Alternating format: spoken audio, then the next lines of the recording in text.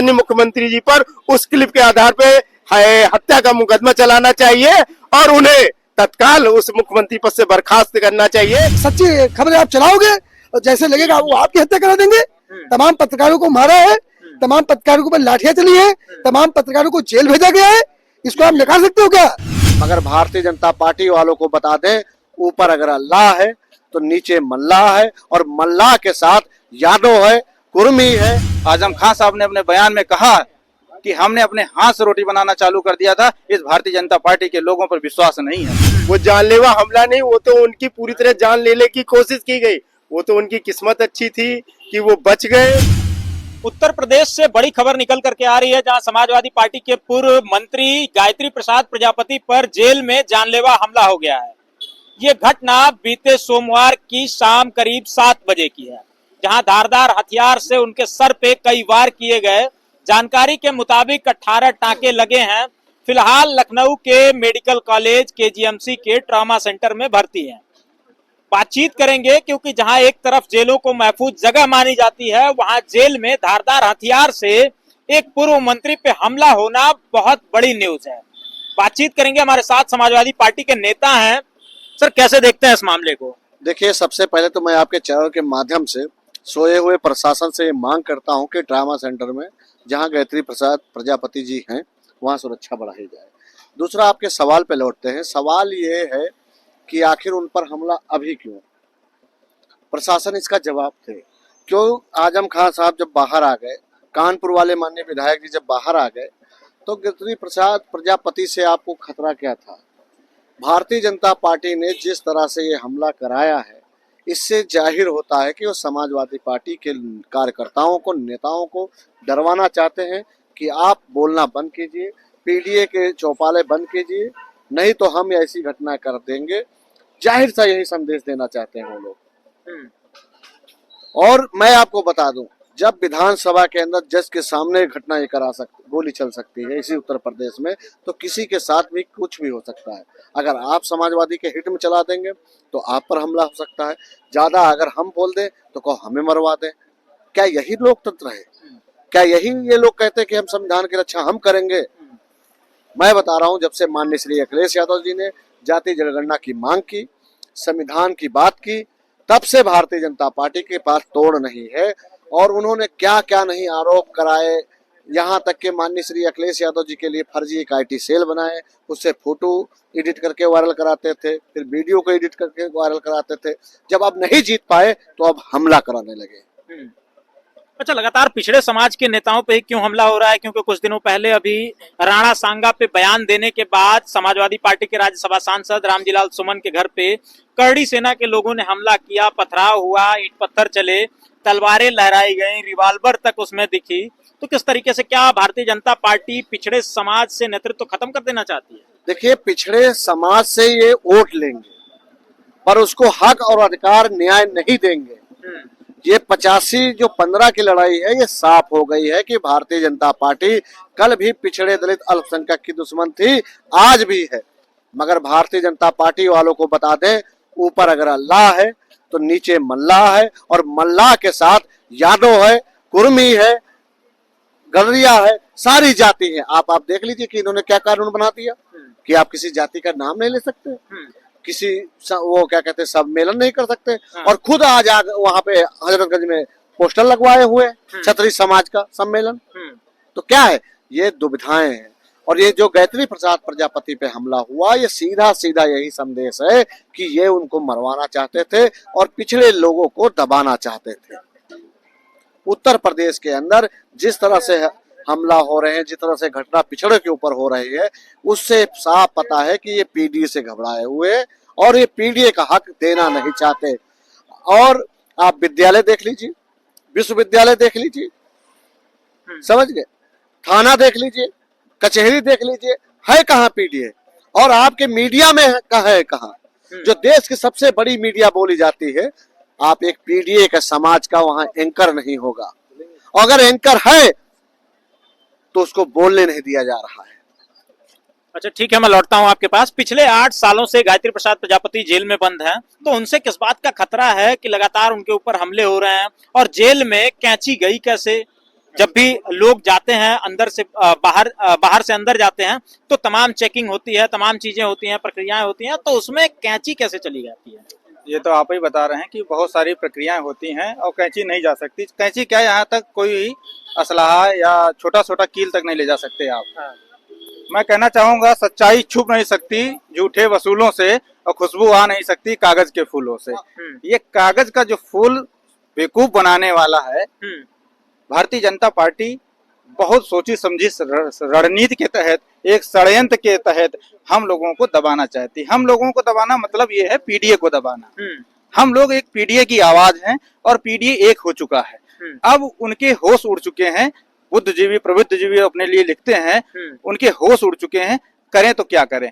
अब ये क्या दबाना चाहते हैं? पिछड़े के थे प्रजापति जी, दलित शोषित वंचित समाज से सब लोग आते हैं। अब इनकी नजर ये है कि कुछ सालों में ये दबा कुचला वंचित समाज पढ़ लिख कर सड़क पर जवाब करने लगा है, अपने हक अधिकार हुकूक की बात करने लगा है, तो इनको तकलीफ होती है। जब तकलीफ होती है तो इन्होंने शिक्षा के स्तर में बड़ी गिरावट कर दी। यहाँ तक कि आपको मालूम होगा कि विद्यालय भी बंद कर दिए। विद्यालय बंद कर दिए। जब कक्षा 6 साल का बच्चा जब होगा तो कक्षा 1 में एडमिशन होगा। जब 8 में होगा, ग्रेजुएशन करने में कितने साल लग जाएंगे? 21 में ग्रेजुएशन करेगा। 21 में ग्रेजुएशन करेगा, नौकरी मांगेगी, इनके पास नौकरी नहीं है। अब प्रजापति की बात, पढ़ लिख के दबे कुचले समाज के आते थे, उन्होंने मंत्री बने, मंत्री के बाद जेल में डाला। अब वो बाहर जब निकलते तो तार्किक उत्तर देते कि हमारे साथ क्या क्या षड्यंत्र किया गया। इरफान सोलंकी हो के साथ क्या क्या किया गया, टीवी नहीं दी गई, अखबार नहीं दिया गया, और यहाँ तक को आजम खान साहब ने अपने बयान में कहा कि हमने अपने हाथ से रोटी बनाना चालू कर दिया था। इस भारतीय जनता पार्टी के लोगों पर विश्वास नहीं है। और भारतीय जनता पार्टी के साथ ये जो न्यायाधीश हमारे लोग बैठे हैं, इनको सोचना चाहिए, इनको जागना चाहिए, इनके प्रशासन को भी जगाना चाहिए कि इतनी कठोर कार्रवाई करें कि भारतीय जनता पार्टी की नींद जो सोई हुई है, गहरी नींद में योगी सरकार मोबिल फेंक रहा है उत्तर प्रदेश का इंजन। मैं लौटता हूँ, क्या सरकार की क्या मंशा रही होगी? क्योंकि जेल सुरक्षित जगह मानी जाती है, वहाँ एक पूर्व मंत्री पे हमला हो जाता है। सरकार की मंशा तो साफ साफ झलक रही है। सरकार की मंशा क्या है? हमारे मुख्यमंत्री जब बोलते हैं तो ऐसा लग रहा है गुंडों की भाषा बोलते हैं। वो कभी शुद्ध भाषा ही नहीं बोलते हैं, वो कठमूल्य जैसे शब्दों का इस्तेमाल करते हैं।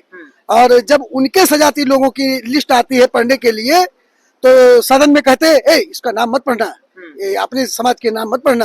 आप देखिए, अभी आपको 1 साल पहले की घटना है लखनऊ की। यही अम्बेडकर पार्क के पास जब पानी बरसा था, बारिश हुई थी, तो वहाँ पे एक भाई अपनी बहन को लिए जा रहा था, कुछ लड़कों ने उन पे पानी उछाल दिया था। ये बहुत कड़ी निंदा करता हूँ मैं इसकी, लेकिन उसमें जबरन पुलिस वालों ने आनंद फानंद में जिसको देखा उसको उठा लिया। तो यही मुख्यमंत्री जी सदन के अंदर कहते थे, एक यादव था और एक मुस्लिम था।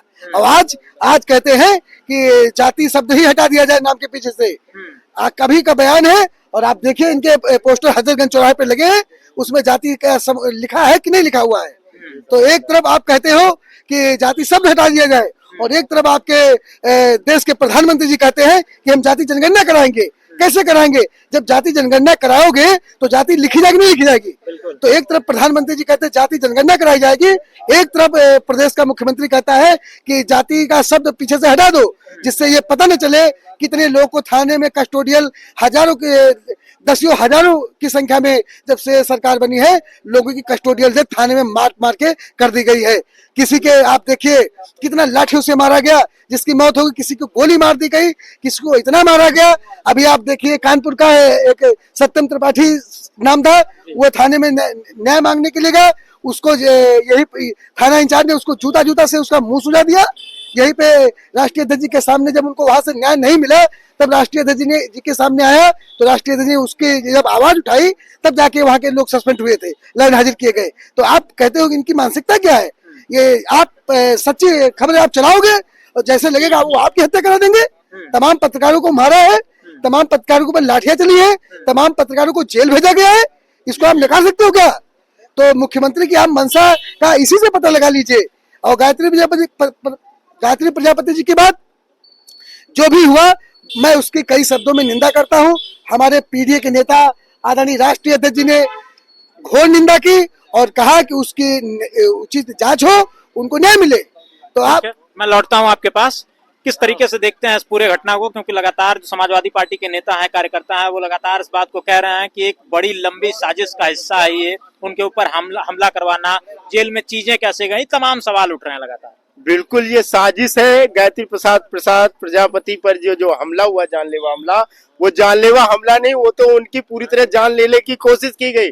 वो तो उनकी किस्मत अच्छी थी कि वो बच गए। आप खुद सोचिए, जेल जो एक बहुत सुरक्षित जगह मानी जाती है कि कोई भी अपराधी है उसे अपने अपराधों का पश्चाताप करने के लिए जेल ही ऐसी जगह है जहां उसे सजा मिलती है, जहां वो अपने अपराधों का पश्चाताप करता है। लेकिन आप खुद सोचिए, एक छोटी सी जेल उनसे नहीं संभाली जा रही। उस जेल में एक हत्या नहीं, कई हत्याएं हो चुकी हैं, पुलिस कस्टडी में कई हत्याएं हो चुकी है। आपको से एक मुख्यमंत्री जिससे अपने थाने नहीं संभल रहे हैं, जेल नहीं संभल रहा है, उससे इतना बड़ा प्रदेश कैसे संभलेगा। मैं तो साफ तौर से कह रहा कि मुख्यमंत्री जी, आपको सलाह देना चाहूंगा, आपसे थाने नहीं संभल रहे, जेल नहीं समझ रहे, संभल रहे, जिले नहीं संभल रहे, आप इस्तीफा दे दीजिए। आप बिल्कुल भी शासन चलाने योग्य नहीं है।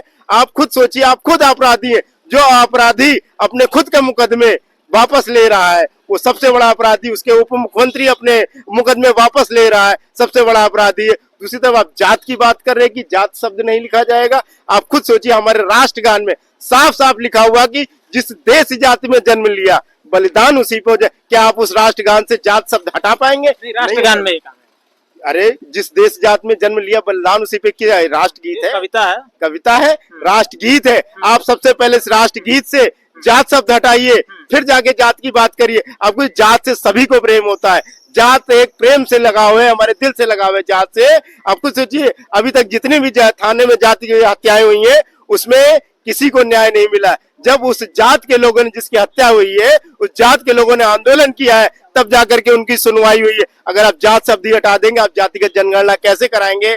आपकी साफ साफ मंशा जाहिर हो रही है कि आप जातिगत जनगणना कराने के बिल्कुल भी इच्छुक नहीं है, क्योंकि जातिगत जनगणना हो जाएगी तो एक हमारा नारा है, जिसकी संख्या भारी उतनी उसकी हिस्सेदारी। हम अपनी हिस्सेदारी लेकर रहेंगे और जातिगत गणना करा कर रहेंगे। साफ साफ हमारे मुंह में उसमें लिखा हुआ है। ठीक है, जिस तरीके के आरोप लगातार लग रहे थे महाराजी देवी पे, जो गायत्री प्रसाद प्रजापति की पत्नी है, विधायक भी हैं, कहा जा रहा था कि उन्होंने क्रॉस वोटिंग की है, वो बागी हो गई हैं एक तरीके से, तो क्या समाजवादी पार्टी इस परिस्थिति में गायत्री प्रसाद प्रजापति के साथ खड़ी है?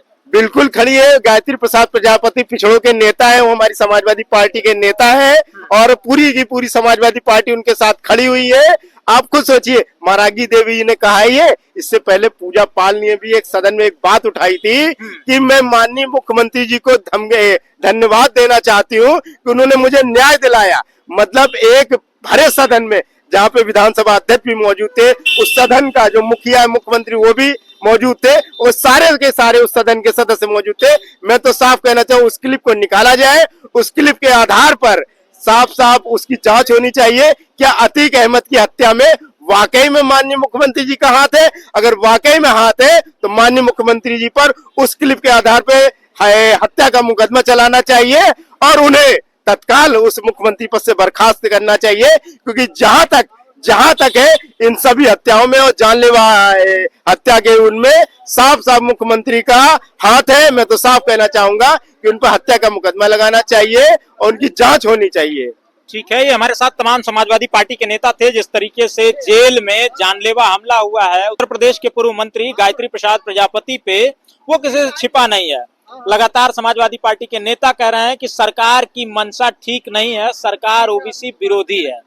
और ये विपक्ष की ही बात नहीं है, पहली दफा नहीं है जब विपक्ष के नेताओं पे हमला हुआ है।